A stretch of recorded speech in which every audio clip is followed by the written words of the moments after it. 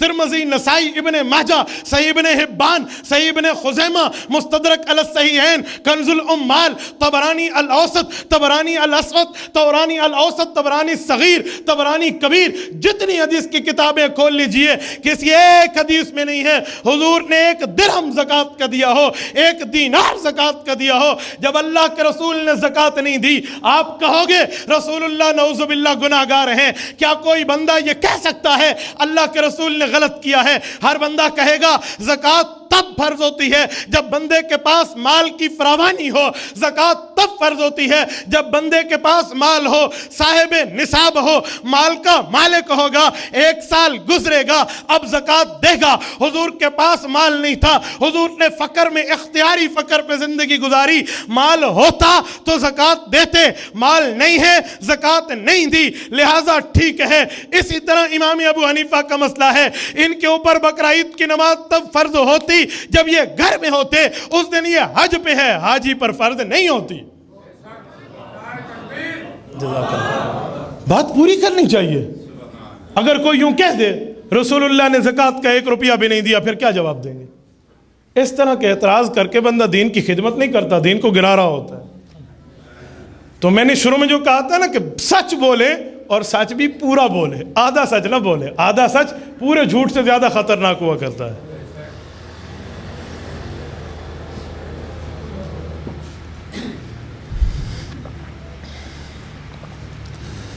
امام ابو حنیفہ کا کارنامہ کیا ہے؟ میں یہ کہہ رہا تھا، سنیں۔ امام صاحب کی عادت مبارکہ یہ ہے، قرآن پاک میں مسئلہ موجود ہو بس ٹھیک ہو گیا، حدیث پاک میں مسئلہ موجود ہو ٹھیک ہو گیا، لکھ لو۔ قرآن حدیث میں موجود واضح نہیں ہے، صحابہ کا فتویٰ کیا ہے دیکھو، صحابہ کا فتویٰ مل گیا جی ٹھیک ہے۔ اگر صحابہ کے فتوے میں اختلاف آ گیا تو امام صاحب فرماتے ہیں خلفائے راشدین کو دیکھو وہ کس طرف ہیں، ابو بکر، عمر، عثمان و علی المرتضیٰ رضی اللہ عنہ کو دیکھو کس طرف ہیں، جس طرف خلفائے راشدین کی تائید ہے وہ لے لیتے ہیں۔ اس کے بعد تابعین کا نمبر آتا ہے، اور تابعین میں بڑا تابعی خود امام ابو حنیفہ ہے، اسے تابعین کی طرف دیکھنے کی ضرورت کیا ہے، وہ تو خود تابعی ہے۔ سنو، امام ابو حنیفہ نے یوں مسائل جمع کیے اور جمع کر کر کے امت کی خدمت میں لا کر رکھ دیے ہیں۔ آپ کوئی سا مسئلہ اٹھا لیجئے، کوئی سا مسئلہ جو امام ابو حنیفہ نے لکھا ہے وہ قرآن حدیث سے نکال کے لکھا ہے۔ ایک بندہ مجھے کہنے لگا امام ابو حنیفہ کے مسئلوں میں تو حدیث کی مخالفت ہے، میں نے کہا اللہ اکبر، امام ابو حنیفہ نے حدیثیں ان سے سنی ہیں جن نے خود حضور سے حدیثیں سنی ہیں، وہ حدیث کی مخالفت کرتا ہے، بتا۔ میں نے کہا کہاں ہے؟ آپ سوال کرو، انشاءاللہ یہ احناف کا بیٹا آپ کو جواب دے کر جائے گا، بولیں کہاں مخالفت ہے۔ کہتے ہیں حدیث پاک میں ہے اللہ کے رسول صلی اللہ علیہ وسلم نے ہاتھ اٹھائے ہیں کندھوں تک، اور آپ تو کہتے ہو کانوں کی لو تک ہاتھ اٹھا کر اللہ اکبر کہو۔ آپ کانوں کی لو تک کہتے ہیں، حضور علیہ الصلوۃ والسلام نے تو کندھوں تک ہاتھ اٹھائے ہیں۔ ایک روایت میں ہے حضور نے سینے کے برابر ہاتھ اٹھائے ہیں۔ میں نے کہا بات پوری ہو گئی؟ کہتے جی ہاں۔ میں نے کہا اب سن، حدیثیں تو 3 ہیں، 2 تو نہیں ہیں۔ حیا صدرئی، سینے کے برابر ہاتھ اٹھائے ہیں، ایک حدیث ہے حیا لمن کی بئی، کندھوں کے برابر، ایک ہے حیا لأذنئی، کانوں کی لو کے برابر۔ حدیثیں تو 3 ہیں، تو جب 3 حدیثیں ہیں تو آپ اعتراض کیوں کر رہے ہیں؟ اچھا اب میں تمہیں بتاتا ہوں، آپ کندھوں تک اٹھاتے ہو؟ کہتے جی ہاں۔ میں نے کہا میرے امام کا عشق رسول سنو، حضرت امام ابو حنیفہ کا عشق حدیث سنو کہ امام صاحب کو حدیث سے عشق کتنا تھا۔ امام ابو حنیفہ نے فرمایا کانوں کی لو تک ہاتھ اٹھاؤ۔ گویا کسی نے پوچھا ہوگا باقی 2 حدیثوں کا کیا بنے گا؟ سنو میرے امام صاحب نے کیا جواب ارشاد فرمایا، میں زبان حال سے بتا رہا ہوں۔ فرمایا کہ اگر کوئی سینے تک ہاتھ اٹھائے حدیث کے مطابق ٹھیک کر رہا ہے، لیکن 2 حدیثوں کو چھوڑ رہا ہے، کانوں والی اور کندھوں والی، اور اگر کوئی کندھوں تک اٹھائے وہ بھی کانوں والی حدیث کو چھوڑ رہا ہے۔ لہٰذا میں تمہیں کہتا ہوں اے حنفیو، جب آپ نماز کے لیے نیت کرو تو ہاتھ یوں رکھو، سینے سے گزارو پہلی حدیث پہ عمل، کندھوں سے گزارو دوسری حدیث پہ عمل، کانوں کے ساتھ کر لو تیسری حدیث پہ عمل، کوئی حدیث نہیں چھوٹے گی۔ تو امام ابو حنیفہ تو حدیث کا عاشق ہے، آپ اس کو کہتے ہو حدیث چھوڑنے والا ہے؟ اور خدا کے بندے اپنی چھوٹی سی علم کو یوں لے کر امام ابو حنیفہ کے بارے میں بات نہ کرے جسے دنیا امام اعظم کہتی ہے۔ ایک بندہ مجھے کہنے لگا امام ابو حنیفہ نے جو شریعت تو لکھی ہے میں مانتا ہوں ٹھیک ہے، لیکن ایک بات ہے۔ میں نے کہا جی پوچھئے۔ کہتے ہیں یہ تو کوفہ کے رہنے والے تھے اور کوفہ کے بارے میں مشہور ہے کہ کوفی قاتلین حسین ہیں۔ میں نے کہا بات پوری ہو گئی؟ جی ہاں۔ میں نے کہا پھر کہاں کا بندہ لوں؟ چلو کوفے والا تو تیرے مطابق شہر غلط ہو گیا، کہاں کا بندہ لوں؟ مکے کا لے لوں؟ ہاں جی مکے کا لے لو۔ میں نے کہا کوئی کہہ دے کہ مکے میں تو ابو جہل رہتا تھا، پھر مدینہ کا لے لو۔ میں نے کہا کوئی کہہ دے ومن اہل المدینہ مردوا علی النفاق، مدینہ میں تو منافق رہتے تھے، قرآن کریم میں۔ پھر مکہ مدینے کی عظمت تو ہے نا، ان منافقوں اور ابو جہل کی وجہ سے مکہ مدینے کی عظمت تو ضائع نہیں ہوتی۔ میں نے کہا قاتلین حسین پہ لعنت بے شمار ہے، ان ملعونوں کی وجہ سے شہر کوفہ کی عظمت بھی ختم نہیں ہوتی۔ حضرت عمر نے بسایا ہے، علی المرتضیٰ نے آباد کرایا ہے، کیسے کہتے ہو؟ چند چوروں کی وجہ سے شہر خراب ہو جاتا ہے، چند ظالموں کی وجہ سے علاقے کو بدنام کر دیا جاتا ہے؟ وہ چند چور ظالم ہیں، وہ چند قاتل ظالم ہیں، ان کی وجہ سے پورے شہر کو غلط کیوں کہتے ہو؟ دلیل چاہیے، دلیل کے ساتھ بندہ بات کرے۔ ایک بندہ فلاں جگہ کا رہنے والا، اس پر اعتراض آ گیا، سنو میرے امام کو کوفے سے آنا چاہیے تھا، میں اس کی دلیل حدیث پاک سے دیتا ہوں، سنیے۔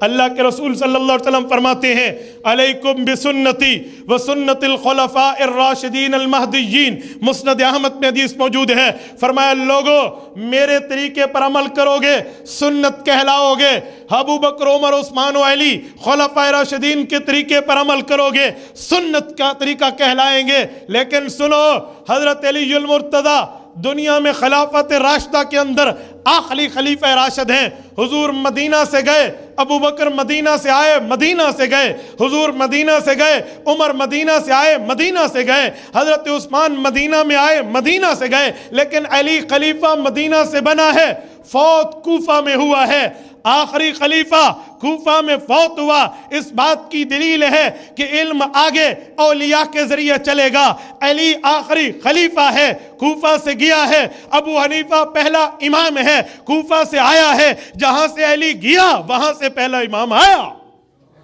جگہ بھی یہی چاہیے تھی۔ اور کوفہ سنگم ہے عرب اور عجم کا، سنٹرل ایریا، درمیانی حصہ ہے۔ میرا امام اجمی ہے، ہمیں چاہیے بھی اجمی امام، جو اجمی ہو، عرب کی زبان سمجھتا ہو، عرب سے پوچھے، عجم کو سمجھائے، ہمیں ایسا بندہ چاہیے۔ اور ایک جملہ میں کہتا ہوں، حضرت امام اعظم ابو حنیفہ رحمۃ اللہ علیہ کی حیثیت اور مقام اور مرتبہ یہ ہے، توجہ میری طرف توجہ، مقام اور مرتبہ یہ ہے، میرے امام نے وہ کارنامے سر انجام دیے ہیں جو رہتی دنیا تک یاد رکھے جائیں گے۔ آپ مجھے دیکھیں، بجلی کو نہ دیکھیں، مجھے دیکھیں، رہتی دنیا تک کارنامے یاد رکھے جائیں گے۔ امام ابو حنیفہ نے ان چھپے ہوئے مسائل کو بر وقت نکالا جو شریعت کی تہ میں چھپے ہوئے تھے، اندر سے نکال کے امت کے سامنے رکھا۔ یہ اللہ اکبر کے ہاتھ اٹھانے سے لے کر نماز کی سلام تک 70,000 مسئلے صرف نماز کے لکھے ہیں۔ امام ابو حنیفہ کے اوپر اعتراض کرنے والوں، تم نماز کے 100 مسائل مجھے بتا دو، میں تیرے ہاتھ چوم لوں گا۔ 100 مسئلے تے آندھے کوئی نہیں تھے، گل ابو حنیفہ تھے جنہاں نماز دے مسئلے 70,000 لکھے نے، صرف نماز کے مسئلے۔ اور امام ابو حنیفہ نے جو شریعت کے مسائل لکھے ان کی کل تعداد 12,90,000 ہے۔ یہ آئیں بائیں شائیں کی بات نہیں ہے، میں اس پر دلائل رکھتا ہوں۔ 12,90,000 مسئلے تو امام ابو حنیفہ نے شریعت کے لکھ کر دیے ہیں امت کو، اپنے شاگردوں کے ذریعے لکھوائے ہیں۔ اور میں ایک جملہ کہتا ہوں، سنیں میرے دوستو، ایک بندہ ایک دن مجھے کہنے لگا، مولانا حضور پاک علیہ الصلوۃ والسلام کے دور میں فقہ حنفی موجود تھی، شاید کوئی آپ سے بھی پوچھے۔ مجھ سے پوچھا تو میں نے کہا جی ہاں موجود تھی۔ کہتے اچھا امام ابو حنیفہ بھی تھے؟ میں نے کہا جی نہیں تھے۔ کہتے پھر فقہ حنفی کیسے تھی جب ابو حنیفہ حضور کے زمانے میں نہیں تھے؟ میں نے کہا ایک سوال کا جواب تو دے دے، اس کا جواب میں دے دوں گا۔ یہ جو صحیح بخاری شریف کی حدیثیں ہیں، یہ حدیثیں حضور کے دور میں تھیں؟ کہتے جی تھیں۔ میں نے کہا امام بخاری بھی تھے؟ کہتے جی وہاں نہیں تھے۔ میں نے کہا کیوں؟ بخاری کی حدیثیں حضور کے دور میں موجود ہیں، خود امام بخاری دور میں نہیں ہیں، وجہ کیا ہے؟ کہنے لگا حدیثیں تو اس وقت تھیں، اس کو صحیح بخاری بعد میں لکھی، اس کو صحیح بخاری کہتے اس لیے ہیں کہ حضور والی پہلے والی حدیثیں بعد میں امام بخاری نے جمع کر کے امت کو بتائی، نام صحیح بخاری رکھا، باتیں حضور کی پرانی پہلے والی ہیں۔ میں نے کہا مسئلے بھی ایسے ہیں جو حضور کے دور میں تھے، بعد میں ابو حنیفہ نے جمع کر کے امت کے سامنے رکھا، نام فقہ حنفی رکھی۔ جیسے حدیثیں پہلے تھیں، خود امام بخاری، امام مسلم، امام ترمذی، امام نسائی، امام ابن ماجہ نہیں تھے رحمہم اللہ، ایسے فقہ احناف کے مسائل بھی پہلے موجود تھے، اس کے امام ابو حنیفہ نہیں تھے، یہ بعد میں آئے ہیں۔ کہنے لگا بعد میں آئے ہیں تو اعتبار کیسے ہوا؟ یہ تو بعد کے مسئلے ہوئے۔ میں نے کہا نانا، بعد کے ہوئے، سند پہلے کی ہے۔ اجی میں نہیں مانتا۔ میں نے کہا میں ابھی منواتا ہوں، سنو میرے دوستو، یہ دیکھو، یہ جامعہ محمودیہ ہے آپ کے میاں چنو کا۔ جامعہ محمودیہ میں پانی ہے یا نہیں ہے جو زمین سے نکلا ہے؟ یہ پانی کب سے ہے؟ حضرت آدم علیہ السلام کے وقت سے۔ کوئی ابھی سے آسمان سے ٹرک نہیں آئے جو انہیں ڈال دیا ہو۔ حضرت آدم علیہ السلام کے وقت سے اس کے نیچے پانی موجود ہے، لیکن نکلا کب ہے؟ جب جامعہ محمودیہ بنا ہے۔ جب جامعہ بنا ہے تو پانی نکلا ہے۔ اب کوئی کہے یہ تو نیا پانی ہے، ہم نہیں پیتے، ہمیں اللہ والا پرانا پانی چاہیے، تو ہم کہیں گے خدا کے بندے یہ پانی اللہ والا ہے، نکلا اب ہے کہ ضرورت پڑی ہے۔ اللہ نے دین کی تہ میں مسئلے رکھ دیے تھے، نکال کے ابو حنیفہ نے امت کے سامنے رکھے ہیں۔ اس کا یہ مطلب نہیں ہے اس نے اپنے اندر سے نکالا ہے، یہ مطلب نہیں ہے اپنی طرف سے دیا ہے، نام ہے۔ جیسے لوگ کہتے ہیں فقہ حنفی ہے، نماز حنفی ہے، نماز محمدی پڑھو۔ نماز حنفی کیوں پڑھتے ہو؟ نماز محمدی پڑھو، کلمہ حضرت محمد صلی اللہ علیہ وسلم کا، تو نماز بھی حضرت محمد صلی اللہ علیہ وسلم والی۔ میں نے کہا جی ٹھیک ہے، پھر حدیث بخاری نہ پڑھا کرو، حدیث محمدی پڑھا کرو۔ اجی کیوں؟ میں نے کہا کلمہ بھی حضرت محمد صلی اللہ علیہ وسلم کا، حدیث بھی حضرت محمد والی، بخاری والی کیوں مانتے ہیں؟ نہیں اللہ کے بندے، حضور والی حدیث ہیں، امام بخاری نے لکھ کے ہمیں دی ہیں۔ میں نے کہا نماز بھی حضور والی ہے، ابو حنیفہ نے لکھ کے ہمیں دی ہے، اس کو حدیث بخاری کہتے ہیں، اسے نماز ابی حنیفہ کہہ دیتے ہیں، تو اس میں کون سا مسئلہ ہے؟ یہ تو پہچان کا نام ہے۔ آپ کہیں گے نلکے کا پانی، موٹر کا پانی، واٹر پمپ کا پانی، فلٹر کا پانی، نہر کا پانی، دریا کا پانی، اور جو ہے نا کیا کہتے ہیں یہ ٹوٹی کا پانی، کنویں کا پانی، بارش کا پانی، جوہر کا پانی۔ کوئی کہہ دے آپ کو یہ اتنے نام کیوں لیتے ہو؟ انزلنا من السماء ماء، ایک کہو خدا کا پانی، کیوں کہتے ہو ٹوٹی کا پانی؟ کیوں کہتے ہو موٹر کا پانی؟ کیوں کہتے ہو نلکے کا پانی؟ پانی تو اللہ کا ہے۔ آپ کہو گے پانی اللہ کا ہے، نکلا ٹوٹی سے ہے تو ٹوٹی کا پانی، نکلا کنویں سے ہے تو کنویں کا پانی، نکلا نلکے سے ہے تو نلکے کا پانی۔ میں نے کہا مسئلے حضور کے ہیں، نکال کے ابو حنیفہ نے دیے ہیں تو کہتے فقہ حنفی ہیں۔ اس کا معنی یہ نہیں ہے کہ ابھی سے لکھا گیا ہے۔ اور امام ابو حنیفہ رحمۃ اللہ علیہ کے کارناموں میں جو سب سے بڑا کارنامہ ہے کہ دین کو آسان شکل میں امت کے سامنے رکھا ہے، آسان شکل میں، آسان شکل میں، مشکل شکل میں سامنے نہیں رکھتے تھے۔ ایسے آسان مسئلہ بتاتے کہ بات نکھر کے سامنے آ جاتی۔ ایک شخص امام ابو حنیفہ کے دربار میں آیا اور اس نے آ کر کہا کہ وہ جو آپ کے محلے کا پڑوسی ہے وہ رافضی ہے، اور وہ حضرت عثمان رضی اللہ عنہ کو یہودی کہتا ہے۔ وہ شخص حضرت عثمان کو بولتے نہیں ہیں۔ لائٹ آ گئی ہے تو یہ کیا ہوا ہے پھر؟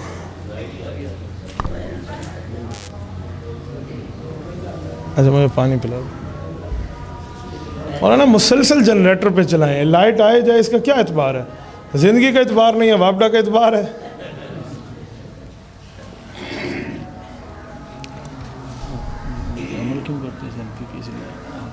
جی بات کر، ایک شخص امام ابو حنیفہ رحمہ اللہ کے پاس آیا کہ فلاں بندہ ہے وہ حضرت عثمان کو یہودی کہتے ہیں، نعوذ باللہ من ذالک، آپ اسے سمجھائیں۔ تو امام صاحب کے سمجھانے کا انداز دیکھیں۔ امام صاحب اس کے پاس گئے، بڑی اس نے آؤ بھگت کی خوشی سے اٹھ پڑا کہ واہ اتنا بڑا امام میرے گھر میں آیا۔ ٹھیک ہے مذہب کا مخالف تھا، لیکن گھر میں آنے کے لیے تو کوئی مہمان کا ادب احترام بھی تو ہوتا ہے۔ بہت خوش ہوا۔ آپ کیسے تشریف لائے؟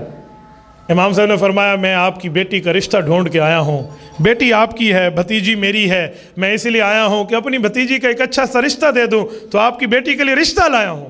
اس نے کہا واہ حضرت امام صاحب، آپ تو میرے لیے بہت اچھا رشتہ لائے ہوں گے، آپ بتائیں ہم اپنی بچی کا رشتہ کر دیتے ہیں۔ حضرت امام صاحب رحمہ اللہ فرمانے لگے ٹھیک ہے پتہ تو کر لو بندہ کیسا ہے۔ اس نے کہا جی پتہ نہیں کرتے، آپ نے جو طے کیا ہوگا تو اچھا ہی طے کیا ہوگا، ہمیں کیا پوچھنا، آپ فرما دیں میرے سر سے ایک فرض کا بوجھ اتر جائے گا۔ امام صاحب نے فرمایا بندہ بھی اچھا ہے، بات بھی بہت اچھی طرح کرتا ہے، کما بھی لیتا ہے، امیر کبیر بھی ہے، آپ کی بچی کو خوش بھی رکھے گا، ایک چھوٹا سا عیب ہے۔ انہوں نے کہا چھوڑیں جی، عیب تو چھوٹے موٹے ہر کسی میں ہوتے ہیں۔ امام صاحب فرمانے لگے نہیں پوچھ تو لو۔ انہوں نے کہا کیا ہے؟ امام صاحب نے فرمایا بس وہ بندہ یہودی ہے۔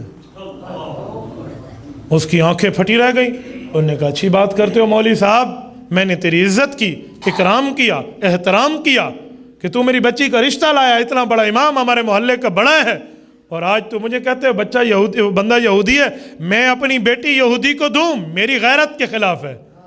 ہاتھ دکھانا۔ امام صاحب نے یوں ہاتھ تھام لیے، کہا ایک بات کہوں؟ کہا جی ہاں۔ کہا تو ایک بیٹی یہودی کو نہیں دیتا، اور ادھر حضرت عثمان کو یہودی کہتے ہیں، حضور نے اپنی 2 بیٹیاں اسے دی ہیں۔ کیا اللہ کے نبی کے نے ایسی بیٹیاں دیتی تھی؟ نعوذ باللہ حضرت عثمان ایسے تھے۔ عقود الجمان میں لکھا ہوا ہے اس بندے نے اسی موقع پہ توبہ کر لی کہ آج کے بعد میں یہ غلط نہیں کہوں گا۔ اتنی آسان شکل میں دین پہنچانے والے کا نام امام حنیفہ۔ اور ایک بات میں کہوں، یہ فقہ حنفیہ پہ عمل کیوں ہوتا ہے؟ اس عمل کرنے کی وجہ یہی ہے کہ جو اللہ سے صحابہ نے سنا وہی امام ابو حنیفہ کو پڑھایا، اور وہی امام ابو حنیفہ نے لکھوا کے ہمیں دیا ہے۔ جو اللہ نے صحابہ کرام کو دیا حضور کے واسطے سے، وہی صحابہ نے اپنے شاگرد کو دیا، اور شاگرد نے لکھ کے دیا ہے ہمیں۔ ایک بندہ مجھے کہنے لگا کہ جب صحابہ نے دین دیا ہے تو لکھ کر کیوں نہیں دیا؟ میں نے کہا تمہیں کوئی کہہ دے جب حضور پہ قرآن اترا ہے تو حضور نے خود کیوں نہیں لکھا؟ کہتے حضور نے لکھا۔ میں نے کہا کس نے کہا؟ 21ویں پارے کا پہلا صفحہ، وَلَا تَخُطَّهُ بِيَمِينِكَ إِذًا لَارْتَابَ الْمُبْطِلُونَ۔ حضور تو اپنے ہاتھ سے لکھ بھی نہیں سکتے، یہ تو حضور کا معجزہ ہے۔ یہ کیسے کہتے ہو؟ حضور نے نہیں لکھا، اترا حضور پہ، حضور نے نہیں لکھا۔ وجہ کہتے ہیں حضور پاک نے نہیں لکھا تو حضور کے شاگرد صحابہ نے تو قرآن لکھ دیا۔ میں نے کہا صحابہ نے شریعت نہیں لکھی مکمل کی مکمل، تو صحابہ کے شاگرد ابو حنیفہ نے تو لکھ دیا۔ تو ادھر شاگرد لکھے تو استاد کا کام پورا کر رہا ہے، ادھر شاگرد لکھے تو استاد کا کام پورا کیوں نہیں کر رہا؟ یہ باتیں میرے بھائیوں یہ اس شریعت کے اندر موجود ہے۔ یہ فقہ حنفی کوئی نئی چیز نہیں ہے۔ علیحدہ ہو قرآن کا مسئلہ، الگ ہو حدیث کا مسئلہ، الگ ہو صحابہ کا فتویٰ، تینوں کو اکٹھا کر دو، اسے فقہ حنفیہ کہتے ہیں۔ جیسے علیحدہ ہو تو دودھ، علیحدہ ہو تو پتی، علیحدہ ہو تو چینی، تینوں کو ملا لو تو کیا بن گیا؟ چائے۔ اب کوئی کہے چائے ہے تو دودھ نکال کے دکھاؤ، اسے کہے نکال کے کیسے دکھائیں، اس میں مل گیا ہے۔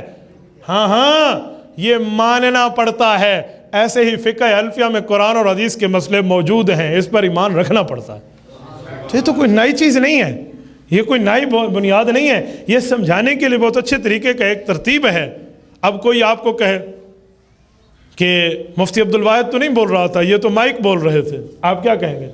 کہ اس کے ذریعے آواز اسی کی آئی ہے۔ تو یہ فقہ حنفیہ کا مسئلہ نہیں ہے، یہ حدیث کا مسئلہ ہے، فقہ حنفیہ کے ذریعے نکل کے آیا ہے، ہمیں پتہ چلا ہے۔ تو میرے دوستو آسان مسئلہ اس شخص کا مان لیں تو بہت زندگی آسان ہو جاتی ہے، بہت آسان رہتی ہے، کوئی مشکل نہیں رہتی۔ ورنہ عام طور پہ اتنی مشکلات آتی ہیں، اتنی مشکلات آتی ہیں کہ بندے سے سمجھ نہیں پاتا معاملہ، سمجھ نہیں سکتا آپ مدہ۔ فقہ حنفیہ کو ہٹ کے کوئی کہے نا میں فقہ نہیں مانتا ڈائریکٹ مانوں گا، میں 5 سوال یوں کروں گا تو یقین مانے ایک قدم بندہ دین میں نہیں چل سکتا، ایک قدم یوں نہیں چل سکتا، ایک قدم۔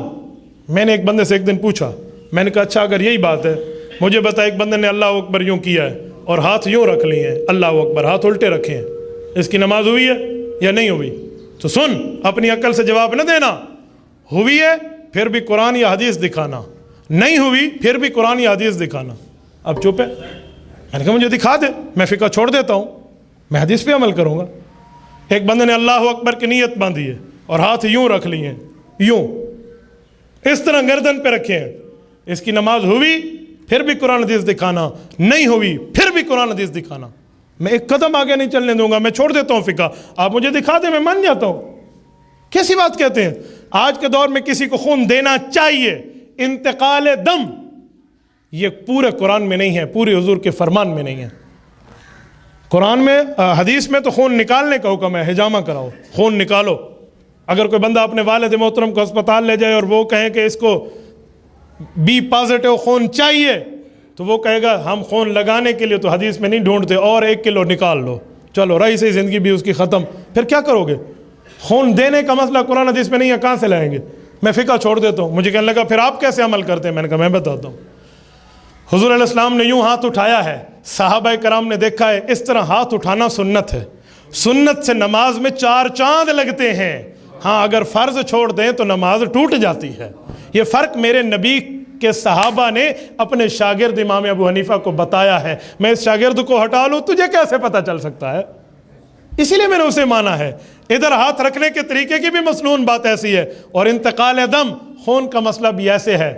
امام ابو حنیفہ کو اصول آئے گا کہ رسول اللہ صلی اللہ علیہ وسلم کے زمانے میں خون جا رہا ہے، نکالنے کے لیے خون نکالا جا رہا ہے، تو اس سے پتہ چلا کہ خون کے نکالنا اسی لیے ہے کہ اس سے صحت حاصل ہوتی ہے۔